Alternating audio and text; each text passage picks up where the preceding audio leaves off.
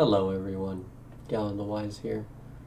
Recently I've been getting questions from some of my viewers asking if I have some sort of a training regimen or anything that I do to stay buff in today's meta, and today's video will be covering 5 different techniques that I make sure that I practice every single time I decide to play Melee, whether it be 5 minutes of practice, 10 minutes of practice. I make sure that I stay diligent every single time I get on for these techniques. So without any further ado, let's get to it. We've seen how powerful dash dancing can be over the years and how important it is to master. That narrative hasn't changed simply because we're on a digital controller. If anything, the fact that you're hitting buttons rather than flicking your thumb back and forth via the analog stick, your control over your dash dancing could see huge improvements.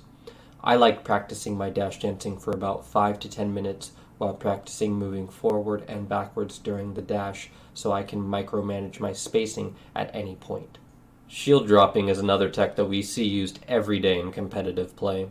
Whether it be using shield dropping to harass your opponent, punish unsafe options, or even to continue a tech chase or for movement. Depending on if you're using a Revision 1 or a Revision 2 box, the method you're using to shield drop may be different, so make sure you know which one you're using. I actually specifically made a video about that. The link will be below in the description. I like to do aerials on platforms and then buffer the horizontal input in during the L cancel to shield drop. Also, doing shield drops out of dash dancing is important so as to make sure you're comfortable on both sides, just in case you're put in an awkward spot. For these next 3 exercises, I made up some routines to help specifically with box-related beginner issues that I used and continue to do so when I practice.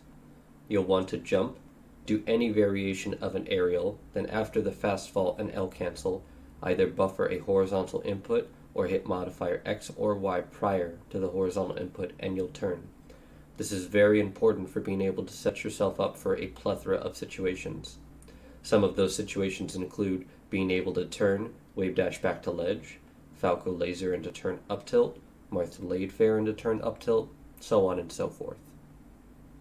Another one of my training routines I made up is dash forward, shield stop, short hop, dash forward, then back, shield stop, and short hop again. Rinse and repeat until you're at the edge of the stage, then do it again going back across. The point of this exercise is to help you build up finger independence with your left pinky while working on your shield stop control, which is used for micromanagement of spacing. One of the hardest things that you can learn as a beginner player when it comes to box is how to effectively use your shield with your left pinky. Not an easy thing to do, so one of the routines you'd want to put more time into, I'd think. The more difficult of the 3 exercises I made up, this routine aims to help you get used to turning out of wave dash. Many times I'll try to turn and wave dash back to ledge, but I'll commit to wave dashing too early, so I cancel the turn animation with a jump, which usually puts me in a really bad spot. Now this is a great way to practice using horizontal inputs to turn rather than buffering and modifiers. Now one thing as well to note is that this exercise is meant to help indicate to you whether or not you are landing your wave dash inputs or not. Congratulations! If you've made it all the way through this, I figured I'd put one last technique I use to help practice finger control. Shoutouts to Simple for this one.